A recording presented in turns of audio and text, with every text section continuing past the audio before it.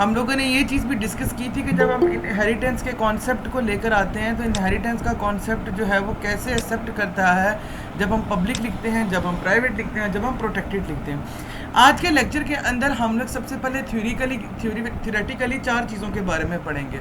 सबसे पहली चीज़ है कि अब अगर कंस्ट्रक्टर इनहेरिटेंस के कॉन्सेप्ट में इस्तेमाल हो, इससे पहले आप लोगों ने जो कंस्ट्रक्टर इस्तेमाल किया वो नॉर्मल प्रोग्रामिंग में किया, उसके बाद आप लोगों ने सिंपल इनहेरिटेंस में किया।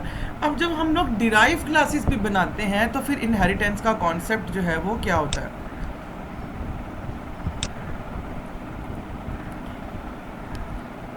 ठीक है, जब भी कोई बेस क्लास और डिराइव क्लास दोनों के पास कंस्ट्रक्टर या डिस्ट्रक्टर मौजूद हो तो कंस्ट्रक्टर जो है वो हमेशा डिराइव क्लास का एग्जीक्यूट होगा। रूल नंबर 1 याद रखिएगा कि जब भी किसी बेस क्लास के अंदर और डिराइव क्लास के अंदर कंस्ट्रक्टर मौजूद हो तो बाय डिफ़ॉल्ट कंस्ट्रक्टर जो है वो डिराइव क्लास से चलेगा। देखें, that constructor are executed in the order of derivation. Derive class का कंस्ट्रक्टर चलेगा, कंस्ट्रक्टर जो बेस क्लास का होगा वो रन नहीं करेगा पहले। And destructors are executed in a reverse order. ठीक है, और डिस्ट्रक्टर जो होगा वो रिवर्स ऑर्डर में चलेगा। दैट्स मीन कि अगर कंस्ट्रक्टर डिराइव क्लास में चल रहा है तो जो डिस्ट्रक्टर है वो किस में चलेगा, रिवर्स ऑर्डर उसका क्या होगा, बेस क्लास में। ठीक है, अच्छा जी, constructor in a base class is executed before the constructor in the derive class.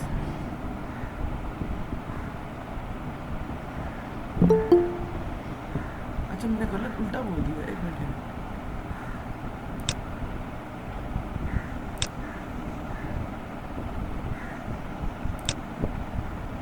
हम कह रहे हैं कि कंस्ट्रक्टर जो बेस क्लास में होगा वो एग्जीक्यूट होगा पहले कंस्ट्रक्टर डिराइव क्लास के अंदर। मैंने गलत बोल दिया, पहले बेस क्लास का होगा कंस्ट्रक्टर, फिर डिराइव का होगा। डिस्ट्रक्टर में क्या है कि पहले डिराइव क्लास का चलेगा और उसके बाद बेस क्लास का चलेगा।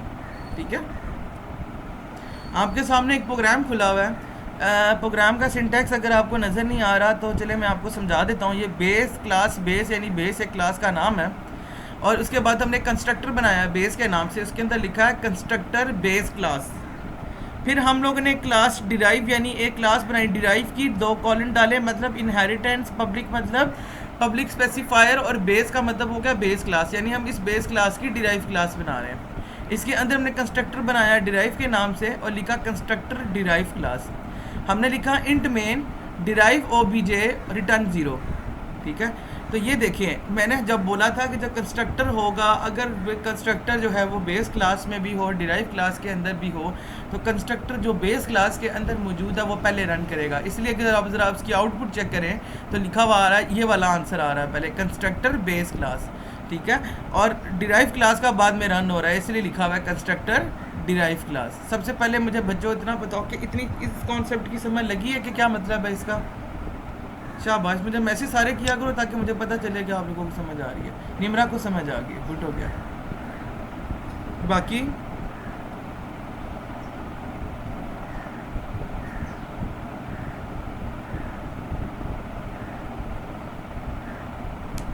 बाकी सिर्फ निमरा और राशिद से तो नहीं पूछा मैंने, बाकी सबसे भी पूछा है।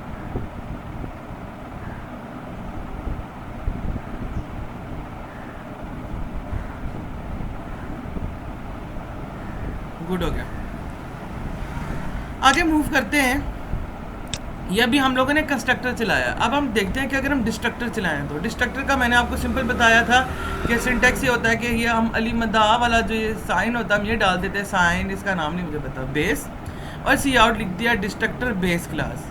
ठीक है, ये हो गया। और फिर मैंने क्या किया, क्लास डिराइव यानी नया कोड में बता रहा हूँ, पब्लिक बेस यानी मैंने क्या किया, इनहेरिटेंस की और लिखा डिस्ट्रक्टर डिराइव क्लास। तो अब अगर हम प्रोग्राम रन करेंगे तो पहले डिस्ट्रक्टर कौन सा चला है, डिराइव क्लास वाला, और फिर डिस्ट्रक्टर चला है कौन सा, बेस क्लास का। तो हम ये कह सकते हैं अभी तक जो हमने स्लाइड्स पढ़ी हैं कि जब भी किसी प्रोग्राम के अंदर बेस क्लास के अंदर और डिराइव क्लास के अंदर कंस्ट्रक्टर इस्तेमाल होगा तो बेस क्लास का जो कंस्ट्रक्टर है वो पहले चलेगा और फिर डिराइव क्लास का चलेगा। और अगर किसी प्रोग्राम के अंदर हम डिस्ट्रक्टर इस्तेमाल करें, डेफिनेटली अगर हमने कंस्ट्रक्टर इस्तेमाल किया तो तभी हम डिस्ट्रक्टर इस्तेमाल करेंगे। तो उसके लिए सबसे पहले जो डिस्ट्रक्टर होगा वो डिराइव क्लास का चलेगा और फिर वो क्या करेगा, बेस क्लास का चलेगा। Passing argument to the constructor of a base class from the derive class.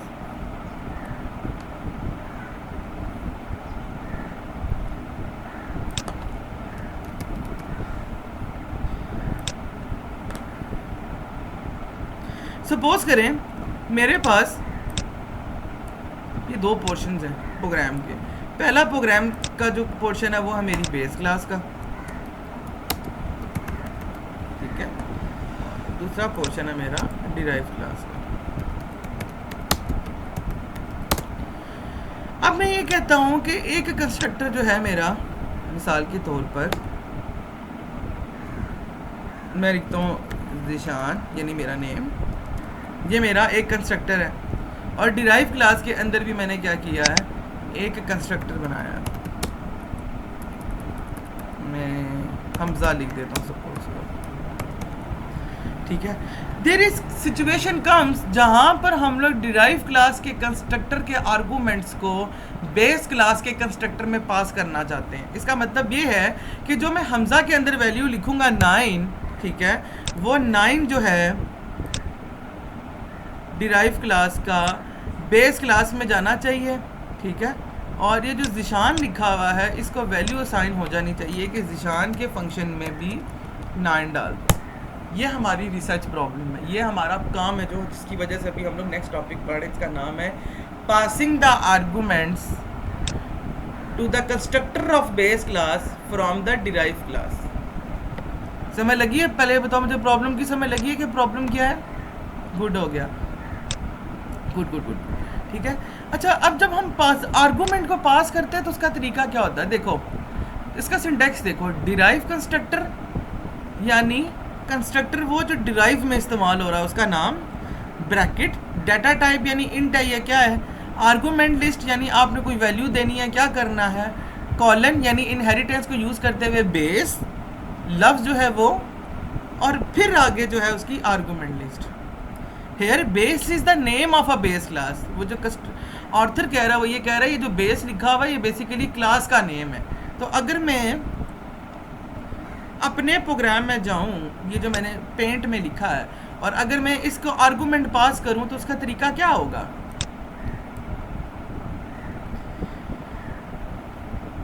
Syntax देखते हैं। मेरी डिराइव क्लास क्या थी?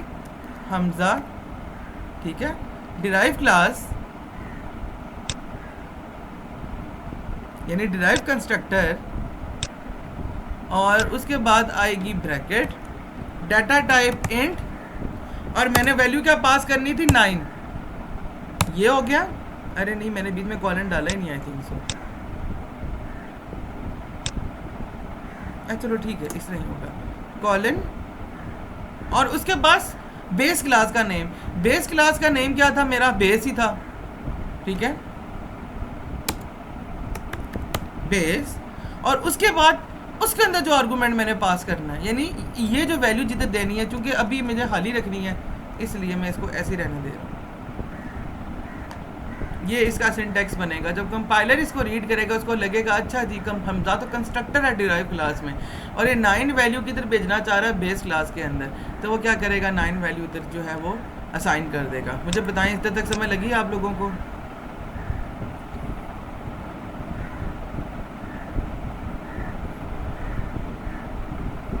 थोड़ा जल्दी जल्दी रिप्लाई किया करें। Very good, very good. Muqaddas और गुलशन और क्या नाम था उसका, आई थिंक सो, फ़िज़ा को भी समझ आ रही है। मुकद्दस और मानूर और मायरा भी, प्लीज़ आप लोग भी मैसेज किया करो साथ साथ, ठीक है। अच्छा जी, तो ये हम लोगों ने किया। अभी हम इसका आगे कोड भी देखते हैं। देखो ज़रा कोड पे ज़रा गौर करते हैं। क्लास बेस इंट आई, पब्लिक बेस इंट एन। ये इंट एन क्यों लिखा है मैंने? क्योंकि मुझे वैल्यू लेनी है आगे से। Cout constructor base class void show cout I, यानी आई की वैल्यू को प्रिंट करवा दो, सिंपल। यहाँ पर आते हैं, यहाँ पर देखते हैं, यहाँ पे इसको भी छोड़ दो। डिराइव क्लास है लिखा हुआ, डिराइव। मेरी क्लास का नेम क्या था? डिराइव क्लास का नेम डिराइव, यानी, और मेरे कंस्ट्रक्टर का नेम भी क्या था? डिराइव था। इंट जे, इंट जे बेसिकली वो वैल्यू है जो मुझे अब भेजनी है बेस क्लास को, ठीक है। कॉलन बेस, बेस क्या था? मेरी क्लास का नेम या क्लास का कंस्ट्रक्टर का नेम भी जाहिर सी बात है वही होता है जो क्लास का नेम होता है बेस, और फिर हमने आगे लिख दिया जे लिख दिया, ठीक है। तो वो क्या करेगा, ये जो जे की वैल्यू होगी वो क्या कर देगा, अल्हम्दुलिल्लाह,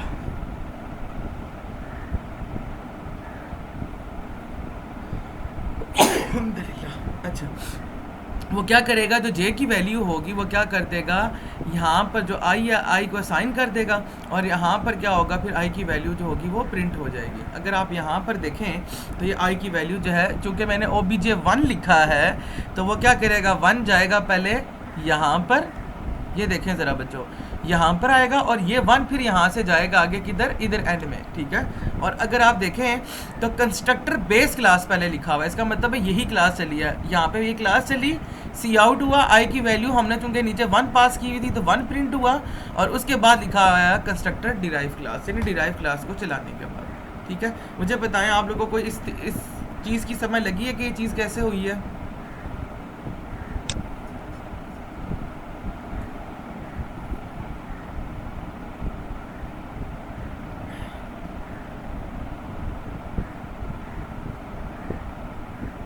गुड हो गया। मायरा, गुलशन, आप लोग भी मैसेज किया करो, आपने पहले की है मुझे पता, लेकिन साथ साथ करते रहा करो जो मैं पूछता हूँ। अगर आप लोग खुश हो रहे हो कि लेक्चर ख़त्म हो गया तो ऐसा कुछ भी नहीं है। डिस्ट्रक्टर इनहेरिटेंस हम लोग ऑलरेडी पढ़ चुके हैं, लेकिन एक बार दोबारा देख लेते हैं क्योंकि स्लाइड्स इसकी अलग बनाई हुई थी मैंने। देखो हम लोग कोर्स ऑलमोस्ट कोर्स पहुँचे हुए हैं, क्लोज पहुँचे हैं, ठीक है। ये वही एग्जांपल है जो हम लोगों ने पहले की है।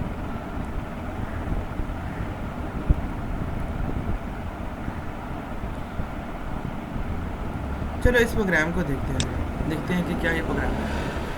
क्लास बेस इंट आई बेस इंट एन डिस्ट्रक्टर, सबसे पहले हम लोग कंपाइलर आएगा इधर इंट मेन पे, बेस obj2 के अंदर वैल्यू का डाल दो 20, ठीक है। तो ये देखना अभी 20 वैल्यू किधर जाएगी, डिराइव क्लास में जाएगी, तो यहाँ पर J1 की वैल्यू क्या हो जाएगी 20, और इसी तरह यहाँ पे चूँकि इंट n है और हम लोगों ने इसको बराबर किया हुआ आपस में, तो यहाँ पर भी क्या वैल्यू आ जाएगी 20, ठीक है। और उसके बाद क्या होगा, लिखा आएगा कंस्ट्रक्टर बेस क्लास, ठीक है, और साथ ही प्रिंट हो जाएगा कंस्ट्रक्टर डिराइव क्लास। ये देखो कंस्ट्रक्टर बेस क्लास, और आई की वैल्यू क्या होगी -855, क्यों ये क्यों हुआ है, आई की वैल्यू क्यों ऐसी हुई है।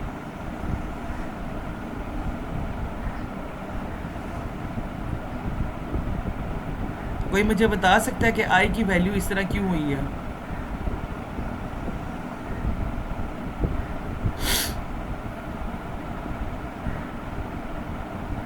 क्योंकि हम लोग बेस क्लास को वैल्यू दे रहे हैं 20, बेस क्लास को कभी भी वैल्यू 20 नहीं जा सकती डायरेक्टली, हम लोगों को डिराइव क्लास के थ्रू भेजनी होती है। इसी तरह अगर आप देखें यहाँ पर जब मैंने वैल्यू 10 असाइन की है और फिर मैंने obj डॉट शो किया, तो अब मेरा आंसर 10 आ रहा है बिल्कुल, इस वजह से क्योंकि वैल्यू यहाँ पर डायरेक्ट बेस क्लास में नहीं जाती, डिराइव क्लास के थ्रू हम बेस क्लास को भेजते हैं। और यहाँ पर अगर आप देखें तो क्लास का नेम बेस लिखा है, यहाँ पर डिराइव होता तो वैल्यू यहाँ पर भी 20 लिखी हुई है।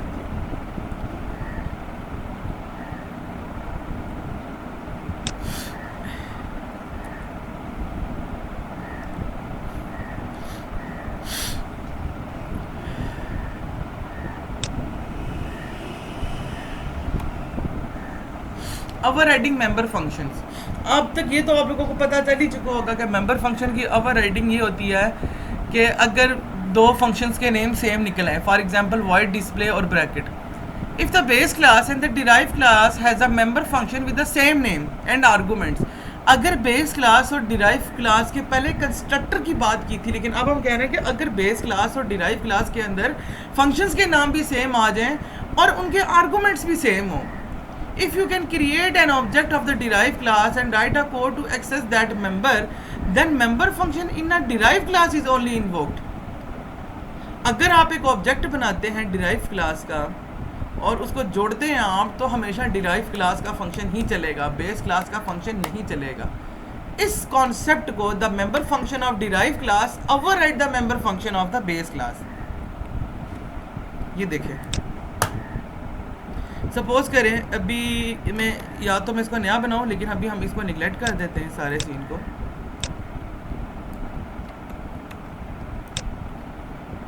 अच्छा जी, ये मेरी एक क्लास थी जिसका नाम था डिस्प्ले,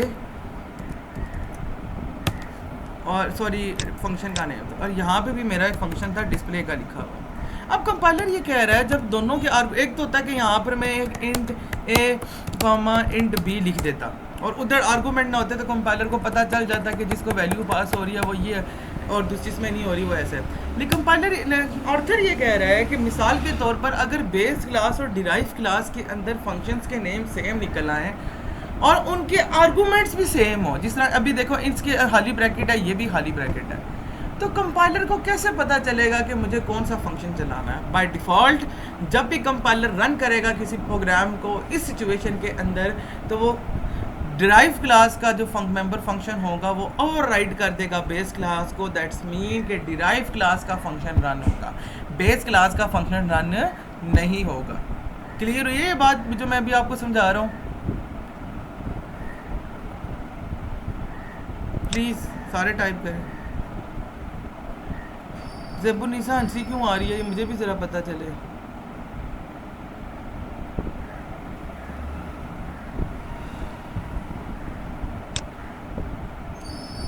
अच्छा,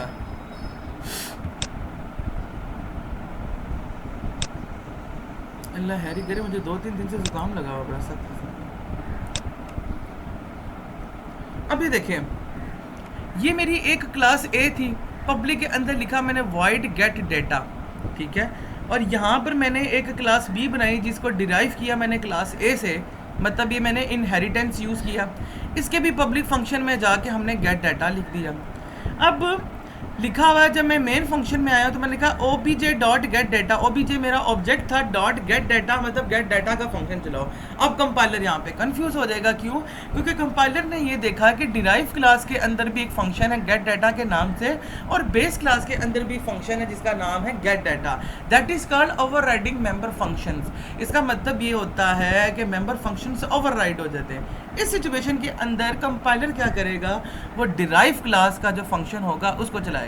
अब देखिए इसके लिखा हुआ है, this function is invoked instead of function in a class A because of member function overriding.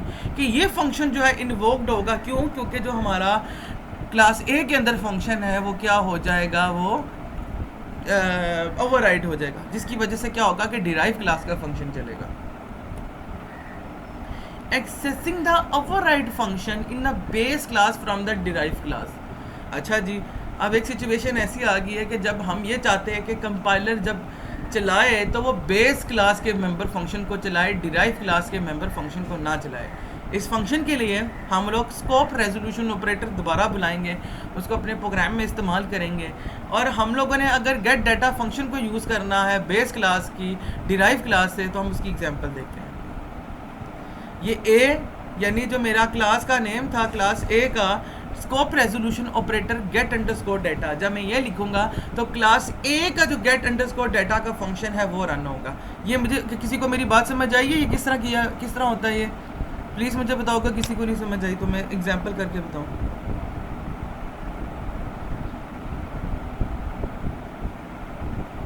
थोड़ा छेती करो, जल्दी किया करो। फिजा को तो आ गई है। गुलशन मुकद्दस 2 बंदे, मायरा मानूर।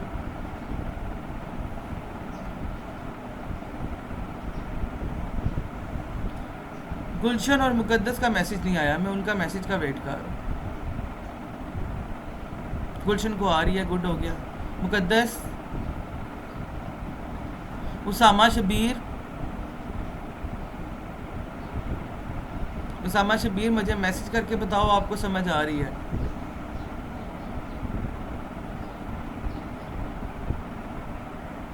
चलो ठीक है। उसामा शबीर,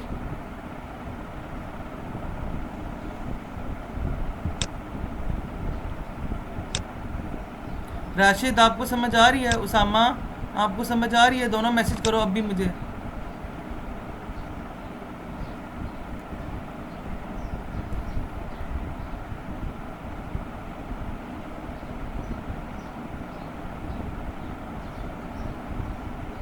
ये लगता है दोनों सो रहे हैं।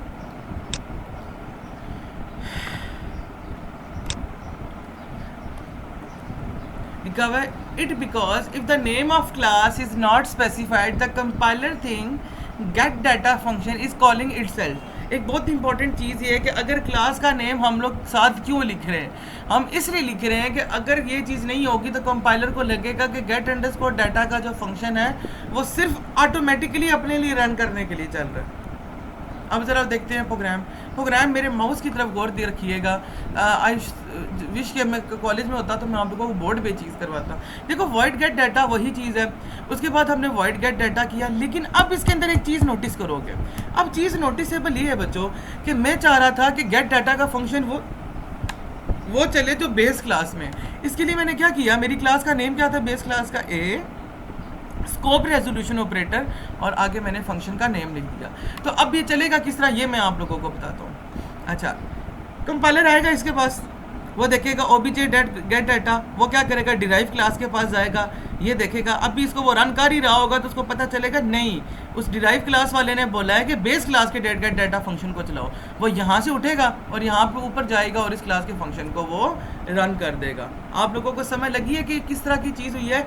डिराइव क्लास के अंदर हम लोग उस क्लास बेस क्लास का नाम लिखते हैं, स्कोप रेजोल्यूशन ऑपरेटर डालते हैं और उसके बाद उस फंक्शन का नेम लिख देते हैं, जिसकी वजह से क्या होता है कि वो बेस क्लास की तरफ रेफर हो जाता है फंक्शन। मुझे मैसेज करें जल्दी से, शाबाश। मैं इसलिए पूछता हूँ तो ताकि ज़रा सारे अटेंटिव रहा करें।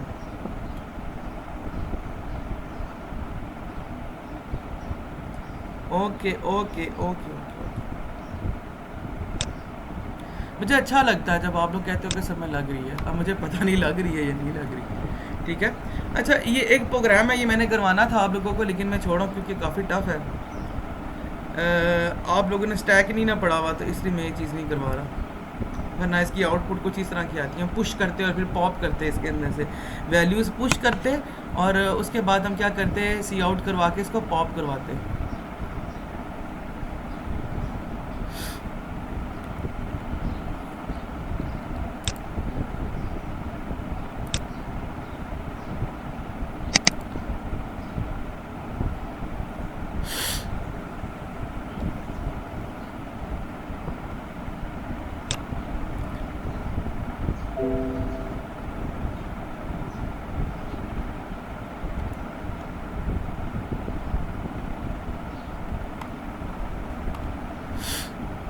Public and private inheritance.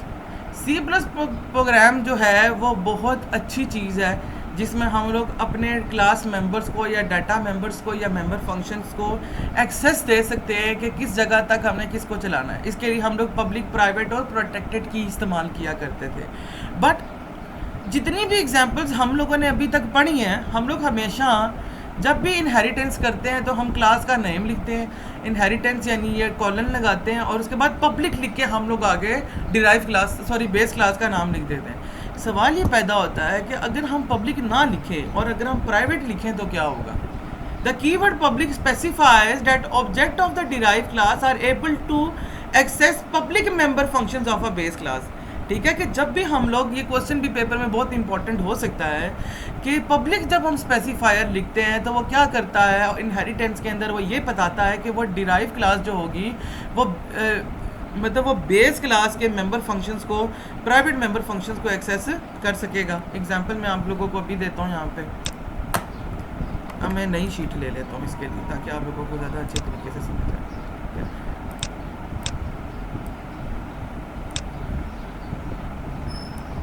मैं अब बेस क्लास का नेम भी रखूँगा, डिराइव क्लास का नेम रखूँगा। मैंने क्या रखा, base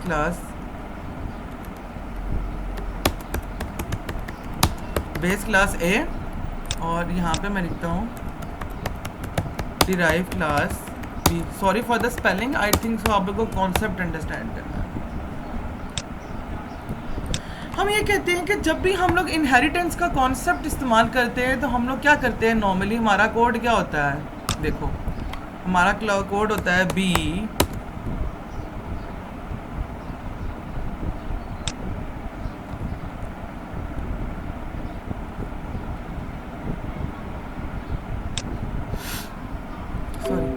class B inherited from public class A. ये इनहेरिटेंस का कोड है।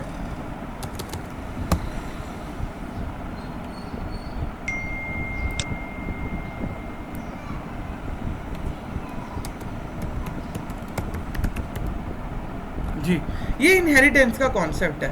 अब हम लोग ये चीज़ कह रहे हैं कि जब भी हम लोग इनहेरिटेंस का कॉन्सेप्ट इस्तेमाल करते हैं, why we always write public.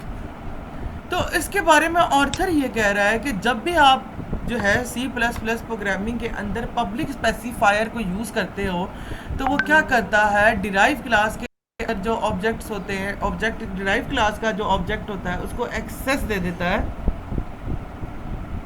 अच्छा, तो डिराइव क्लास का जो ऑब्जेक्ट होता है वो बेस क्लास की पब्लिक मेंबर्स को एक्सेस कर सकता है। मैं भी आप लोगों को दिखाता हूँ। मैं बेस क्लास में लिख रहा हूँ public and A and B, ठीक है। और अब मैं डिराइव क्लास के, मैंने बोला कि मैं जब पब्लिक ए लिखूंगा तो इसका मतलब ये होगा कि मेरा कंपाइलर जो है वो ए और बी की वैल्यू को इनहेरिट कर सकेगा, क्योंकि पब्लिक जब हम लिखते हैं तो डिराइव क्लास के जो ऑब्जेक्ट होता है obj1 सपोज करो या obj, वो ए और बी को इनहेरिट कर सकता है, यूज़ कर सकता है पब्लिक मेंबर फंक्शन, ठीक है। अभी तक हम ही करते आए हैं, ठीक है। अल्टरनेटिव क्या है इसका, प्राइवेट की।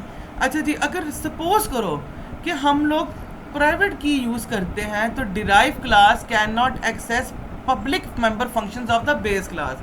इसका मतलब ये है कि अगर मैं कोड ऐसे लिख दूं, बच्चों ये देखना ज़रा गौर से,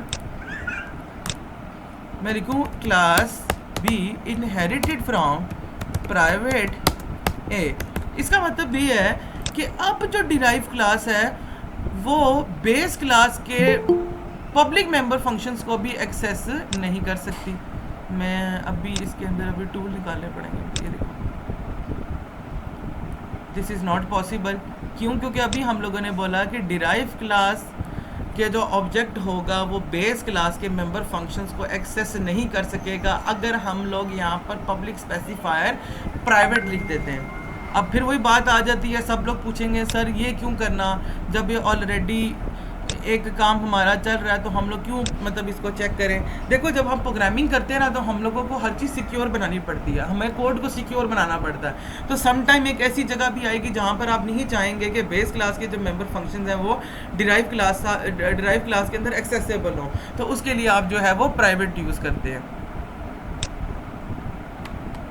Since the object never access private or protected member of the class, the result is no member of a base class is accessible to the objects of the derive class. इसका मतलब ये है कि अगर हम लोग कोई भी ऑब्जेक्ट जो है वो प्राइवेट या प्रोटेक्टेड अगर हम लिखते हैं तो एक्सेस नहीं हो पाता, तो इसका मतलब ये है कि जो बेस क्लास के जो मेंबर फंक्शंस होंगे या मेंबर्स होंगे, डाटा मेंबर्स होंगे, वो आपके लिए एक्सेसिबल नहीं होंगे। मतलब ये है कि अगर मैं कोड के अंदर ये लाइन लिखूं और या फिर क्लास बी कॉलन लिख के प्रोटेक्टेड या लिखूं, इन बोथ सिचुएशंस में बेस क्लास यानी क्लास ए के कोई भी मेंबर डाटा मेंबर को डिराइव क्लास के लिए एक्सेस नहीं कर सकता।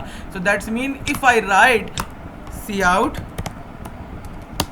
ए and I write cout B, मेरा कंपाइलर एरर दे देगा, वो बोलेगा कि ये तो एक्सेस ही नहीं कर सकता मैं, क्योंकि आपने यहाँ पर प्राइवेट यूज़ किया हुआ है या प्रोटेक्टेड यूज़ किया हुआ है। If I want to access that base class member function sorry data members, then what I have to do is I have to write a public access specifier.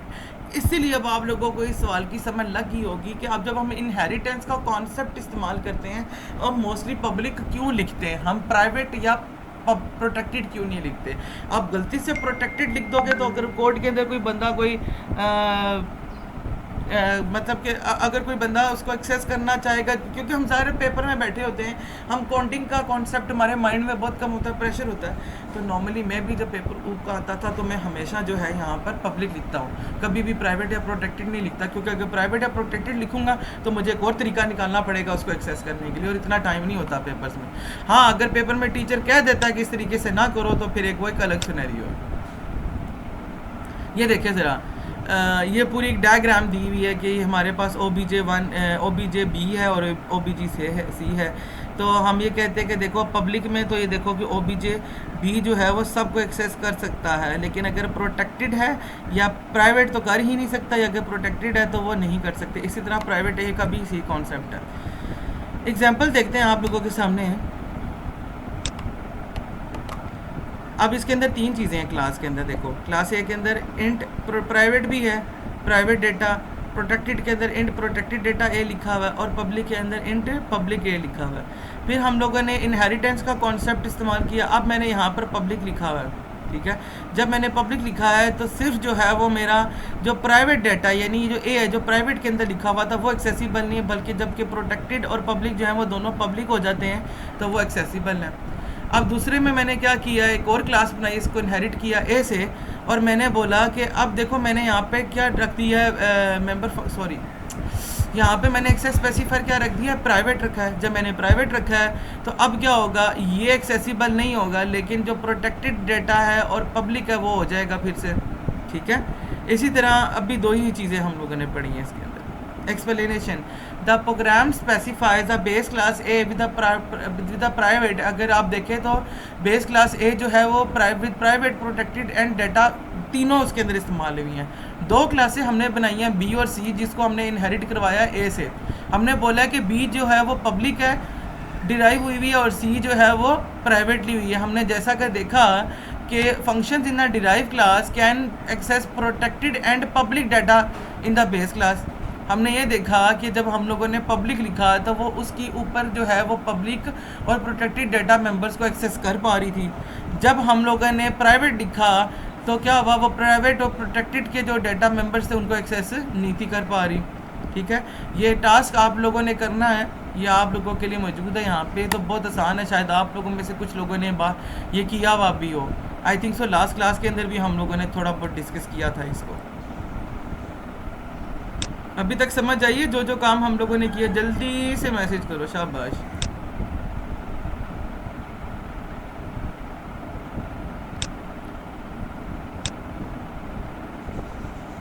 फिज़ा को समझ आई है, ज़ेबुनिसा को समझ आई है, ज़ेबुनिसा को आई है, निमरा को आई है, गुड हो गया। मुकद्दस मेरे मुंह से पता नहीं क्यों निकल रहा आज। क्या नाम था दूसरी लड़की का, गुलशन रानी। गुलशन आपको समझ आई। अभी हम एक छोटा सा प्रोग्राम भी करेंगे इनहेरिटेंस को अंडरस्टैंड करने के लिए।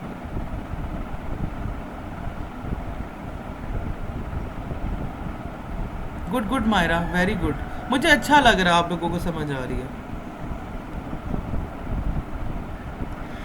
चलिए जी पार्ट नंबर 2 पे चलते हैं, और आज हम ऐसा करते हैं इनहेरिटेंस का छोटा सा काम करते हैं। मेरा वैसे मूड था कि 15 तारीख के बाद एक बार आप लोगों को बुला के ना जो मिड टर्म के बाद की कोडिंग है वो मैं आपको लाइव समझाऊँ। कोशिश करूँगा कि मैं कुछ ऐसा सीन कर लूँ, ठीक है। अभी हम लोग क्या करते हैं, एक प्रोग्राम लिखते हैं जिसके अंदर हम दो नंबरों को मल्टीप्लाई करते हैं बाय यूजिंग इनहेरिटेंस का कॉन्सेप्ट। मैं इसके अंदर जल्दी कोड लिख लेता हूँ, ऐश इंक्लूड आयोस्ट्रीम, ये लिख दिया मैंने। अच्छा उसके बाद मैं लिख देता हूँ यूजिंग नेम स्पेस।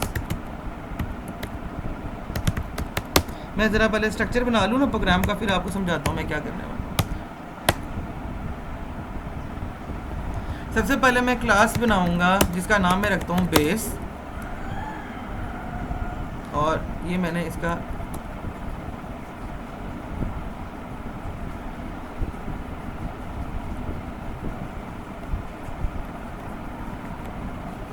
और मैं क्या करता हूँ, मैं यहाँ पर जो है वो यहाँ पे मैं आके कॉलन भी डाल देता हूँ ताकि ये कमेंट बन जाए और बोले this is my base class, ये मेरी बेस क्लास है, ठीक है। कमेंट्स लिखा करो ताकि आप एक मिनट ज़रा होल्ड करना, मेरे मोटर पानी गिर रहा है मोटर से, मुझे बंद करके आता हूँ। गेट डाटा और ब्रैकेट में मैंने लिख दिया सी आउट। अभी आप लोग सोच रहे हो कि इसमें इनहेरिटेंस कहाँ इस्तेमाल होती है, चलें दिखाते हैं आपको। Cout please enter the value of X, ठीक है। और मैं साथ ही जो है वो क्या कर देता हूँ, सेमीकोलन लगा देता हूँ और सी इन करवा देता हूँ एक्स में। मैंने कुछ भी नहीं किया बच्चों, मैंने एक प्राइवेट में एक डाटा मेंबर लिया जिसका नाम रखा मैंने एक्स, एक फंक्शन बनाया जिसके अंदर मैंने एक्स की वैल्यू मांगी, सेमीकोलन लगा दिया, ठीक है। अच्छा अब मुझे करना ये है, अब मुझे करना ये है इसके अंदर कि मैं चाहता हूँ कि x की वैल्यू मैं बेस क्लास में लूँ और y की वैल्यू जो है मैं डिराइव क्लास में लूँ, तभी तो इनहेरिटेंस का कॉन्सेप्ट इस्तेमाल होगा ना इसके अंदर। मतलब ये कि मैं चाहता हूँ कि बेस क्लास के अंदर एक्स की वैल्यू मैंने ले ली ना, ये जो सारी लाइन मैं यहाँ तक मैंने डाली है, मैं इसको अपनी तरह आप लोगों को ना क्लियर करके दिखाता हूँ।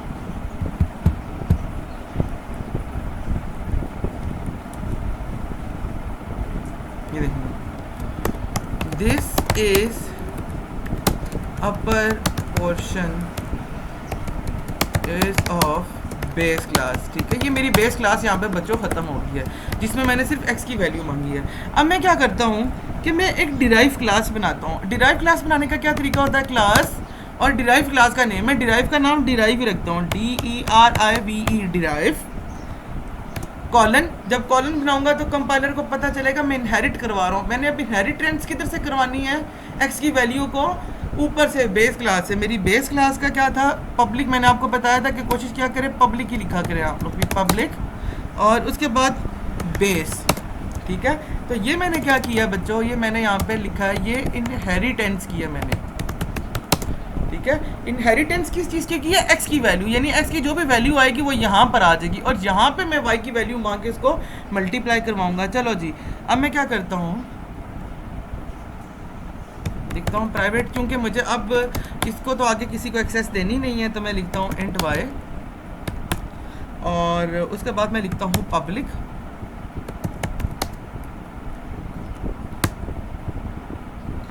वॉइड, चूंकि मैं ऊपर गेट डाटा लिख चुका हूँ, तो या तो मैं गेट डाटा 1 2 3 लिखूंगा, या मैं लिखूंगा वॉइड रीड, लिख देता हूँ, फंक्शन का नाम वॉइड रीड डाटा, और ब्रैकेट लगाई, यहाँ पे लिखता हूँ cout, please enter the value of Y, ठीक है। सेमी कोलन लगाऊंगा और सी इन करवा दूंगा।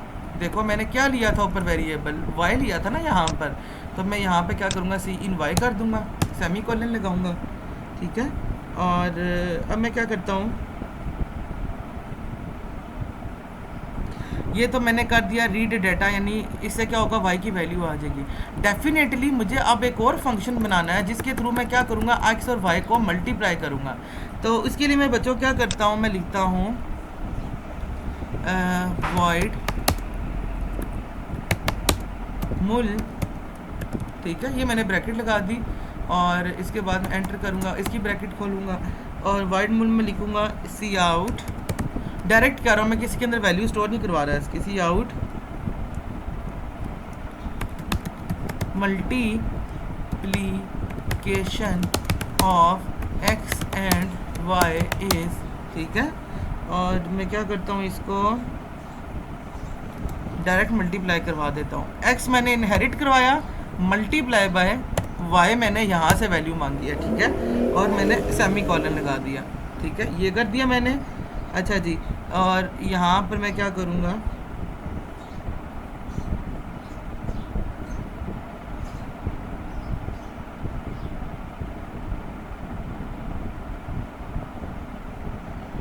ये प्रोडक्ट की थी, और यहाँ पर एक और ब्रैकेट लगेगी जो सेमी कॉलन लगाएंगे। ये बेसिकली डिराइव क्लास मैंने जो ख़त्म की है ना, सॉरी यहाँ पे मैं ब्रैकेट लगाना, ठीक है, ये हो गया। अच्छा, अब मैं क्या करता हूँ, मेन प्रोग्राम पे आ जाता हूँ, अपने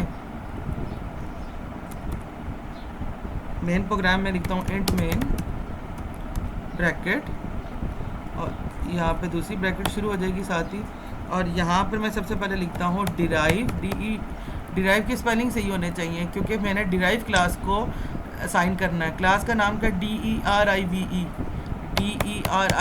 डिराइव ए, यानी डिराइव क्लास यूज़ की मैंने, और उसके अंदर ऑब्जेक्ट क्या क्रिएट किया, ए के नाम से, ठीक है। अब मैं लिंक करूँगा, ए को सबसे पहले करूँगा गेट डाटा के लिए, ठीक है। इससे क्या होगा, वो एक्स की वैल्यू मांग देगा, ठीक है।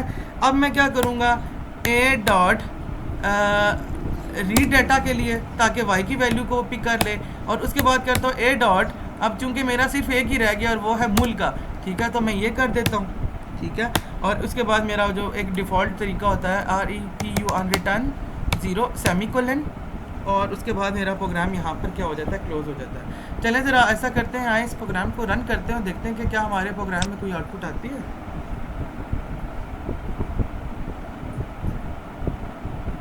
Finger cross. ऐसा होता नहीं है वैसे, कभी एरर ना आए।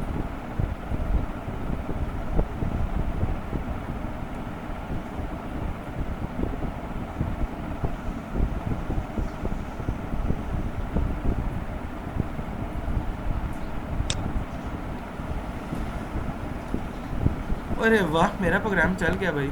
एक्स की वैल्यू मैं डालता हूँ 2, वाई की वैल्यू डालता हूँ 5। तो देखें multiplication of X and Y 5 cross 2 is equal to 10। Answer मेरा 10 आ गया। अब आप लोग को सिंपल मैं बताऊंगा प्रोग्राम में मैंने इनहेरिटेंस की किस चीज़ की है। मैंने एक्स की वैल्यू जो है वो बेस क्लास में ली, वाई की वैल्यू मैंने डिराइव क्लास में मांगी, और दोनों को मल्टीप्लाई भी मैंने डिराइव क्लास में किया, जबकि एक्स की जो वैल्यू थी वो तो मैंने बेस क्लास में ली थी। तो फिर डिराइव क्लास के अंदर मतलब मुझे इनहेरिटेंस क्यों यूज़ करनी पड़ी? इसलिए ताकि मुझे एक्स की वैल्यू दोबारा ना लेनी पड़े। It's very easy and very very very simple कि ये इस तरह है कि अगर आप एक ही बार एक्स और वाई की वैल्यू गेट कर लो और बार बार जो आपने ऑपरेशंस परफॉर्म कराने हाली उनके फंक्शंस लिखो, इनहेरिटेंस का कॉन्सेप्ट इस्तेमाल करो, यू कैन डू एनीथिंग।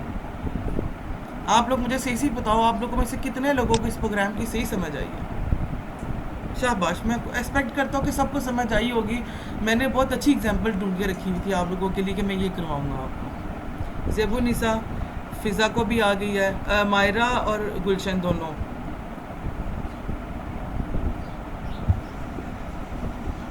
गुलशन,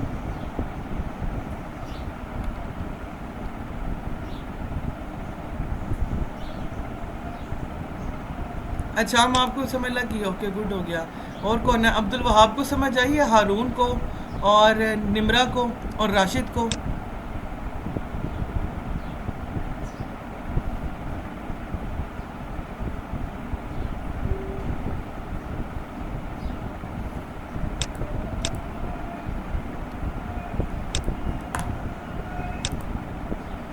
और लोया पुराना बेचने वाला भी आ गया। मैं भी सोच ही रहा था कि अभी तक कोई आया क्यों नहीं है। निमरा को भी समझ आई है, मैं गुलशन का वेट कर रहा हूँ, गुलशन कब रिप्लाई करती है मुझे।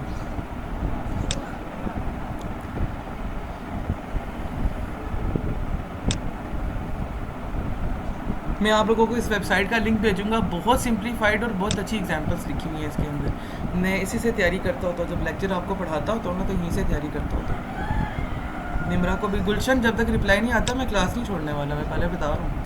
अच्छा, इनहेरिटेंस के कॉन्सेप्ट के अंदर मैं एक कॉन्सेप्ट आप लोगों को और पढ़ाऊँगा, वो कॉन्सेप्ट ईजी है, और उसके बाद हम लोग ये क्लास जो है वो ख़त्म कर देंगे। देखो इनहेरिटेंस की ना टाइप्स होती हैं। पहली टाइप जो है ना हमारी सिंपल इनहेरिटेंस होती है, जो अभी हम लोग पढ़ रहे हैं। लफ्ज़ है multi level inheritance. Multi level inheritance का मतलब क्या होता है कि जब एक डिराइव क्लास जो है वो किसी दूसरी डिराइव क्लास से निकल रही हो तो हम उसको जो है मल्टीपल इनहेरिटेंस कहते हैं। देखो ज़रा मेरे डायग्राम को गौर से देखना। ये क्लास मेरी बेस क्लास थी, इससे मैंने डिराइव किया बी क्लास को, ठीक है, और फिर मैंने इस डिराइव क्लास से किया मैंने सी क्लास को।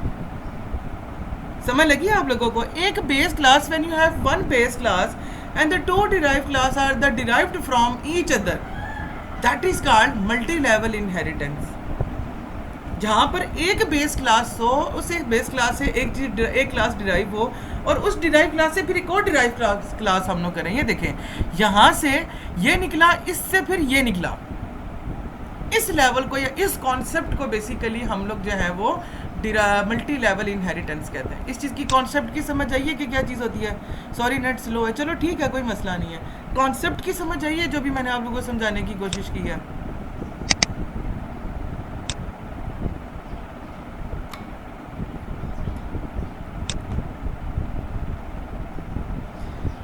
प्लीज़ थोड़ा जल्दी।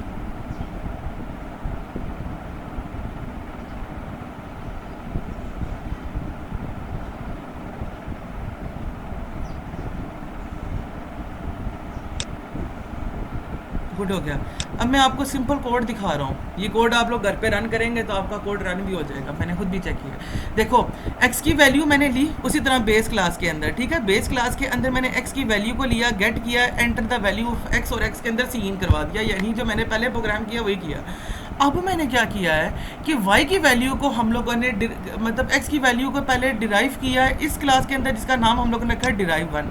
और हम लोगों ने डिराइव वन क्यों रखा है, क्योंकि हम लोगों ने एक और क्लास भी बनानी है डिराइव टू के नाम से, जो हम डिराइव वन से इनहेरिट करेंगे। अच्छा, यहाँ पे मैंने क्या किया, मैंने y की वैल्यू ली और y की वैल्यू को भी इन करवा दिया। मतलब एक क्लास के अंदर x की वैल्यू को लिया, दूसरी उसके बाद डिराइव क्लास के अंदर y की वैल्यू को किया। अच्छा, अब मैं क्या करता हूँ कि मैं इनहेरिट करवाता हूँ डिराइव वन को डिराइव टू में। ये डिराइव वन था ना मेरा, जिसके अंदर y की वैल्यू आई थी, तो y की वैल्यू और x की वैल्यू भी इसके अंदर पड़ी थी, तो वो इसके अंदर आ गई। और फिर डिराइव टू के नाम से एक और क्लास बनाई। फिर मैंने क्या किया, मैंने कंपाइलर से बोला हाँ जी अब मुझे z की वैल्यू भी ले लो। मैंने z की वैल्यू ली, मैंने एक फंक्शन बनाया जहाँ पर मैंने तीनों को मल्टीप्लाई किया और आंसर मैंने साथ ही सी आउट करवा दिया। तो आप लोग ये देखें ज़रा क्या फ़र्क आया। आप लोग बोल रहे होगे सर डिफरेंस क्या है। डिफरेंस ये है कि उसके अंदर हम लोग x की वैल्यू बेस क्लास में लेते थे, y की वैल्यू डिराइव क्लास में लेके मल्टीप्लाई करते थे। We have a concept here which is called multi level inheritance. A multi level inheritance is called और multiple inheritance is used when you have one base class and you have more than one derive class. So the first class is the derived from the base class, and the second derived class is the derived from the first derive class. ठीक है, तो इसका concept देखना है. Concept के बाद आप ये कोड अगर आप इसका देखो डिराइव किस तरह होती है. हम लोग पहले यहाँ पर लिखते थे क्लास, डिराइव क्लास का नेम, पब्लिक स्पेसिफायर और यहाँ पे बेस क्लास लिखते थे. जब हम लोगों को डिराइव क्लास से ही डिराइव कराना है तो हम लोग फिर बेस क्लास का नाम नहीं, डिराइव क्लास का नाम.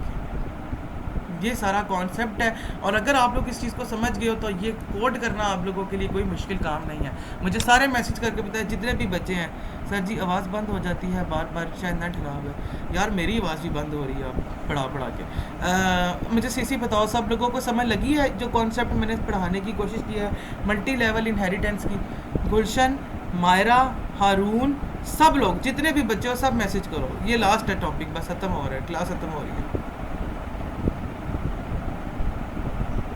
हम तकरीबन अपना कोर्स का 75% एरिया कवर कर चुके हैं. बस अब हमारा थोड़ा ही रह गया. इंशाल्लाह मेरी उम्मीद है कि जो सैटरडे को क्लास होगी इसके अंदर हम 90% कंप्लीट कर लेंगे और उसके बाद फिर हम लोग रिवीजन स्टार्ट कर देंगे. देखेंगे कि मस्ट वालों ने क्या डिफरेंट पढ़ा है. चूँकि जाहिर सी बात है इस बार आप लोगों का ओपन बुक पेपर है तो पेपर बहुत टफ होगा. सर मोहसिन सारी का वैसे ही पेपर बहुत टफ होता है. ठीक है, यू आर मोस्ट वेलकम हारून, किसी भी टाइम आओ. मैंने सबको बोला था मुझसे टाइम पूछ लो और कॉलेज आ जाया करो, उधर बैठ के समझ लिया करो. मैं कॉलेज में ही होता हूँ. तो ये कि ओपन बुक पेपर में कॉन्सेप्शनल पेपर होगा, आराम से बैठ के करोगे, एक दूसरे के साथ इंटरेक्ट करके बट डिफरेंट करके समझाऊँगा वो पेपर कैसे करना है, लेकिन एंड पे. ठीक है, आई थिंक सो सब लोगों को समझ लग गई है. लेक्चर आप लोगों का आज भी मैं कॉलेज जा रहा हूँ वहाँ पर जाके अपलोड करता हूँ. आप सब लोग अपना ध्यान रखिएगा. मुझे इजाज़त दें. बहुत बहुत शुक्रिया.